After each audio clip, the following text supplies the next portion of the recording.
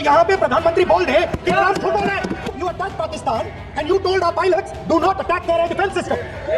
Operation Sindoor प्रारंभ करने का मकसद था अध्यक्ष महोदय उन टेरर नर्सरीज को खत्म कर देना जिन्हें पाकिस्तान ने बरसों से पाला पोसा था। अरे नहीं हम लोग फौज हैं, बैठो मेरे बच्चे को अरे हम थोड़ा बताइए हुआ।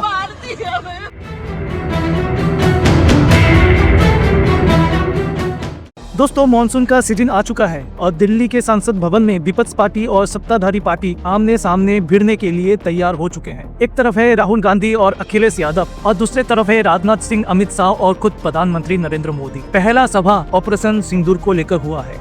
दोस्तों, आज हम देखेंगे कि किसने सच बोला है, किसने झूठ बोला है, कितना सही जवाब सत्ता पार्टी ने दिया है। साथ में हम ये भी देखेंगे कि ऐसा कौन कौन सा सवाल है जो पूछना चाहिए था लेकिन पूछा नहीं गया। शुरुआत करेंगे राजनाथ सिंह की भाषण को लेकर।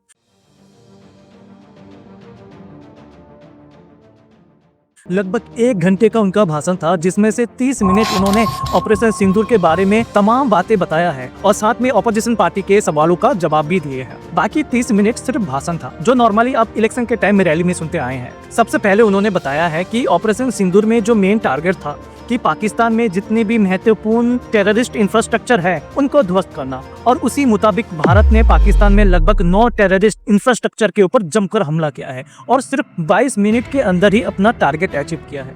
अध्यक्ष महोदय, 7 मई 2025 को रात्रि 1:05 भारतीय सशस्त्र बलों ने ऑपरेशन सिंदूर प्रारंभ किया, जिसमें पाकिस्तान और पाक ऑक्युपाइड कश्मीर में भारत के खिलाफ आतंकी गतिविधियों से जुड़े 9 स्थानों को निशाना बनाया गया। भारतीय सेना ने पूरी तरह से नष्ट कर दिया।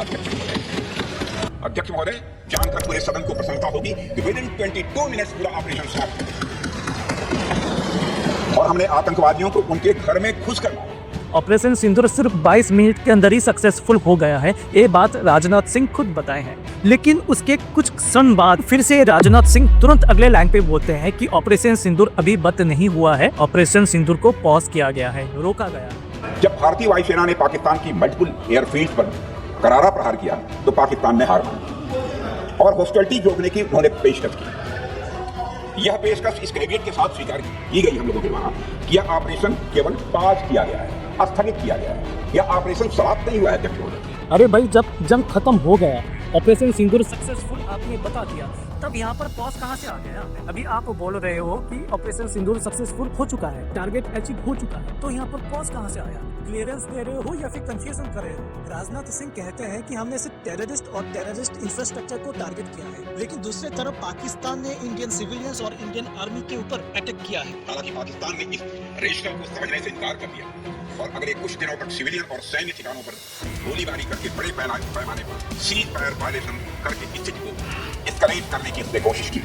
फिर राजनाथ सिंह और पीएम मोदी खुद बोलते हैं कि पाकिस्तान आर्मी ने हमें कॉल किया और कहा कि बस करो महाराज जी, हम और सहन नहीं कर पा रहे, युद्ध रोक दो। क्या प्रूफ है इसका? कोई कॉल रिकॉर्डिंग है, कोई स्टेटमेंट है, कोई प्रूफ है कि पाकिस्तान की तरफ से कॉल आया था और ये चीज बताया गया था कि बस करो महाराज जी, हम और सहन नहीं कर पा रहे? क्या प्रूफ है इसका? जब भारतीय वायुसेना ने पाकिस्तान की मल्टीपल एयरफील्ड पर करारा प्रहार किया तो पाकिस्तान ने हार मान ली और हॉस्टिलिटी रोकने की कोशिश की। आप रोक दीजिए महाराज, हमारे डीएमओ से बात की, महाराज अब रोक दीजिए, बहुत हो गया। यह पेशकश इस कैबिनेट के साथ स्वीकार की गई। अब सेकंड क्वेश्चन ये है कि जब कोई युद्ध होता है तो जीतने वाले को कुछ शर्त रहता है, लेकिन भारत ने बिना कोई शर्त, बिना कोई कंडीशन पाकिस्तान का रिक्वेस्ट को एक्सेप्ट किया है। जबकि भारत को सीज फायर के पहले पाकिस्तान के ऊपर प्रेशर बनाना चाहिए था कि जितने भी आतंकवादी इंफ्रास्ट्रक्चर पाकिस्तान में है उनको तुरंत बंद किया जाए और पहलगाम अटैक के 5 टेररिस्ट को भारत के हवाले किया जाए। साथ ही साथ ये भी साफ कर देना चाहिए था कि दोबारा अगर पाकिस्तान भारत के ऊपर हमला करता है, भारत पाकिस्तान के ऊपर पूरी ताकत से हमला करेगा, तब जाकर सीज फायर करना चाहिए था। लेकिन भारत ने क्या किया? बिना कोई शर्त, बिना कोई कंडीशन सीज फायर के लिए तैयार हो गया। जहां राजनाथ सिंह कहते हैं कि आर्मी को पूरी छूट दी गई है, लेकिन आर्मी ऑफिसर्स कह रहे हैं कि हमें पाकिस्तान के ऊपर अटैक करने से रोका गया है। और इसी वजह से आर्म फोर्सेस को पूरी आजादी दी गई थी कि वो अपने टारगेट खुद चुने और करारा जवाब दें। तो यहाँ पर कौन झूठ बोल रहा है? आर्मी झूठ बोल रहा है या फिर राजनाथ सिंह झूठ बोल रहा है? Captain Shiv Kumar, defence attache Indonesia, he says, I may not agree with him that India lost so many aircraft, but I do agree that we did lose some aircraft. And that happened only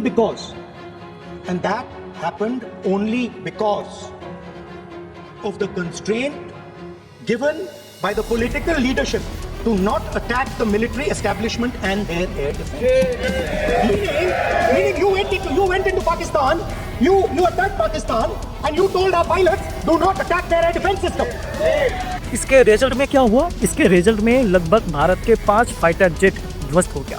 इसके ऊपर राजनाथ सिंह ने एक भी जवाब नहीं दिया है। राजनाथ सिंह कहते हैं कि जो टेररिस्ट पहलगाम में अटैक किया है और जो उन टेररिस्ट को सपोर्ट किया है उनको माफ नहीं किया जाएगा। लेकिन जब पता चला कि Pakistan government, Pakistan army directly और इनडायरेक्टली इन टेररिस्ट को सपोर्ट किया है, तो उस हिसाब से भारत को पाकिस्तान के खिलाफ भी एक्शन लेना चाहिए था, क्योंकि पाकिस्तान गवर्नमेंट उस टेररिस्ट को सपोर्ट किया है। लेकिन भारत ने क्या किया? पाकिस्तान के खिलाफ किसी तरह का एक्शन नहीं लिया, सीज फायर किया। सिर्फ यही नहीं, पाकिस्तान को कॉल करके बताता है कि हम आपके ऊपर किसी तरह का अटैक नहीं करेंगे, किसी तरह का एक्सेलेशन नहीं करेंगे। सभ्य मुल्कों के बीच बातचीत होती है अध्यक्ष महोदय, लोकतांत्रिक देशों में बातचीत होती है, पर एक ऐसा देश जिसके वजूद में लोकतंत्र का एक कतरा भी हो और सिर्फ रिलीजियस फेनेटिसिज्म, टेररिज्म और हेट्रेड अगेंस्ट इंडिया हो, उसके साथ संवाद किसी भी सूरत में नहीं किया जा सकता। अध्यक्ष महोदय, इस ऑपरेशन का मकसद टेररिस्ट कैंप्स और उनके सपोर्टर्स को टारगेट करना, उन्हें नेस्त नाबूद करना था और इस साफ संदेश देना था कि भारत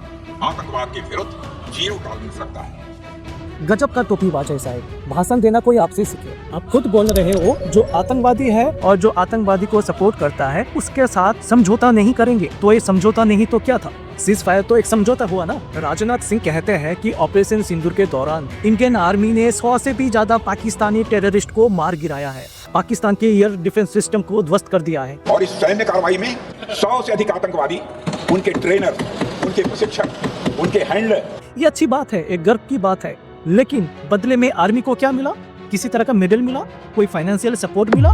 नहीं, बल्कि इसका पूरा क्रेडिट, आर्मी का पूरा क्रेडिट नरेंद्र मोदी खुद अकेला ले गए हैं। हर एक चौराहे में, हर एक रास्ते में, हर एक गली में मोदी जी का पोस्टर लगाया गया है, जहां पर वो फौजी का ड्रेस पहनकर फाइटर जेट के सामने खड़े हैं, जैसे कि उन्होंने ही युद्ध लड़ा है। ऑपोजिशन की तरफ से एक सिंपल सवाल पूछा गया था कि ऑपरेशन सिंदूर के दौरान भारत के कितने फाइटर जेट नष्ट हुए हैं, लेकिन यहाँ पर भी राजनाथ सिंह जवाब देने के बजाय उल्टा ऑपोजिशन पार्टी को ही दोषी ठहरा रहे हैं। ऑपोजिशन पार्टी ने कभी भी ये नहीं पूछा कि इंडिया ने पाकिस्तान के कितने जेट गिराए हैं, कितने आतंकवादियों को मारे हैं, कितना मिसाइल अटैक किए हैं। अध्यक्ष महोदय, कभी कभी हमारे प्रतिपक्ष के लोग ये पूछते रहे हैं कि हमारे कितने विमान गिरे।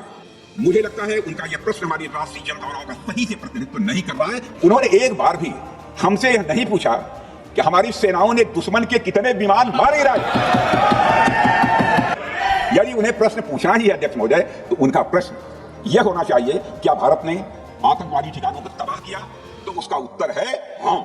आपको प्रश्न पूछना है तो यह प्रश्न पूछिए, क्या ऑपरेशन सिंदूर सफल रहा?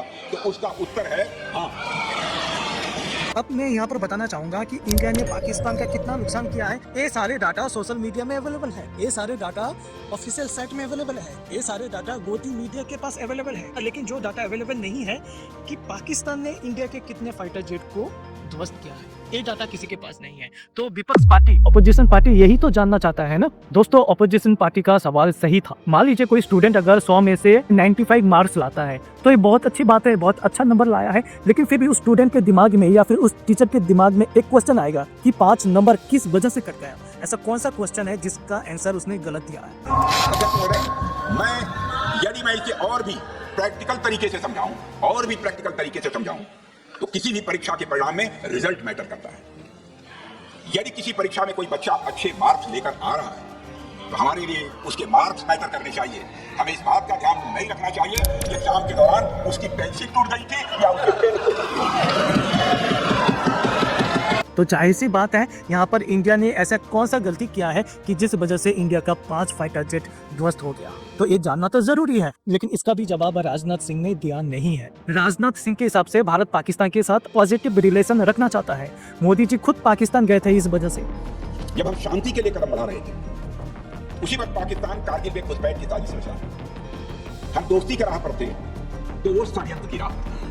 लेकिन पाकिस्तान ने बार बार छुप छुप के भारत के ऊपर अटैक किया है। अब जब एक बार मौका आया था कि सही सबक सिखाने के लिए, उसको भी इन लोगों ने गवा दिया। जब राजनाथ सिंह बोलते हैं कि भारत के सामने पाकिस्तान का कोई औकात नहीं है, भारत चाहे तो पाकिस्तान को पूरी तरह से मिट्टी में मिला सकता है, तो फिर पाकिस्तान के लोग जीत के जश्न क्यों मना रहे हैं? पाकिस्तान गवर्नमेंट सबके सामने खुल्लम खुल्ला बोल रहे हैं कि हमने जंग जीत लिया है। अध्यक्ष महोदय, पाकिस्तान जैसा देश जो साइज, सामर्थ्य, शक्ति और समृद्धि में हमारे आसपास भी नहीं है, उस मुल्क से कैसा मुकाबला? राहुल गांधी ने डंके के चोट में सवाल उठाया कि डोनाल्ड ट्रंप 30 बार कोट कर चुके हैं कि उसने इंडिया और पाकिस्तान के बीच में सीज फायर करवाया है, तो फिर मोदी जी सबके सामने क्यों नहीं बोलते कि ट्रंप झूठ बोल रहे हैं? डोनाल्ड ट्रंप 29 टाइम्स ही सर, 29 बार उन्होंने बोला कि भैया मैंने सीज फायर करवाया। अच्छा, अगर वो झूठ बोल रहे हैं तो अपने भाषण में यहाँ प्रधानमंत्री कह दें कि वो झूठ बोल रहे हैं। यहाँ पे अगर दम है तो यहाँ पे प्रधानमंत्री बोल दे कि ट्रंप झूठ बोल रहे हैं। If he has the courage of Indira Gandhi, let him say here that Donald Trump is a liar.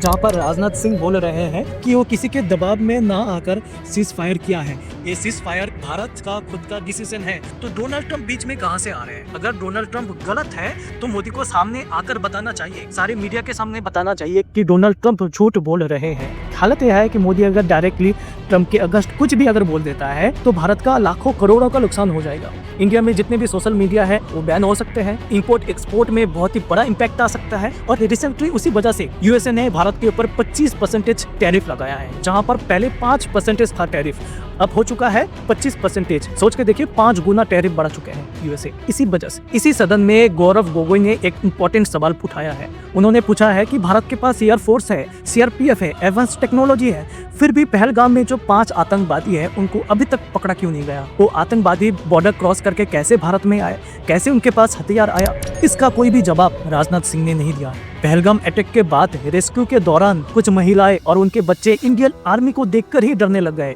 रोते हुए बोलने लगे हमें मार दो लेकिन हमारे बच्चे को छोड़ दो। एक महिला गिड़गिड़ाते हुए इंडियन आर्मी को रिक्वेस्ट करते हैं कि हमारे बच्चों को छोड़ दो, हमें मार दो। इससे ज्यादा खौफनाक और क्या हो सकता है? अरे नहीं, हम लोग फौज है, हम लोग बैठो, हम लोग फौज है, बैठो चलो। अरे हम लोग फौजी हैं, कुछ नहीं करेंगे, आपकी सेफ्टी के लिए आए हो।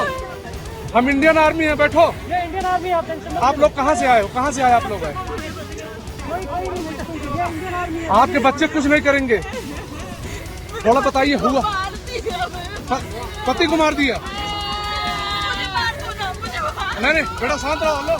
बहुत दुख की बात है, जिस दिन हमला हुआ था पहलगाम अटैक में, मोदी जी बाहर थे, इंडिया में वापस आए और एक मीटिंग करके सीधा बिहार के इलेक्शन में चले गए कैंपिंग के लिए। एक देश के लिए शर्म की बात है। हमने अभी तक इंडिया बॉर्डर को पूरी तरह से सिक्योर नहीं किया है, ऊपर से सीज फायर करके हमने अपना दोगलापन दिखा दिया है। तीसरा है कि हमने ऑपरेशन सिंदूर को पॉज किया है, यानी कि भारत सरकार चाहता है कि भारत में फिर से अटैक हो, फिर से ऑपरेशन सिंदूर चलाया जाए और फिर से उसका पूरा क्रेडिट नरेंद्र मोदी को मिले और फिर से नरेंद्र मोदी इलेक्शन में जीत हासिल कर सके। यही सच्चाई है ऑपरेशन सिंदूर को पॉज करने का। अंत में एक ही बात मैं बताना चाहूंगा कि जब भारत के पास कैपेबिलिटी है, हिम्मत है, तगड़ा डिफेंस, मिलिट्री, आर्मी, मिसाइल सब कुछ है, जब हम पाकिस्तानी टेररिस्ट और टेररिस्ट सपोर्टर्स को पूरी तरह से घुटनों में ला सकते हैं, तो भारत सरकार क्यों पीछे हट गया, क्यों सीज फायर किया? यही तो मेन क्वेश्चन है ना। बाकी आप ही डिसाइड कीजिए कि कौन सही है कौन गलत। अगर आपको कहीं पर भी मेरी बातें गलत लगता है तो आप प्लीज कमेंट करके बताइए। और एक रिक्वेस्ट है दोस्तों, अगर आपको हमारा ये वीडियो अच्छा लगा तो प्लीज चैनल को सब्सक्राइब कर लीजिए।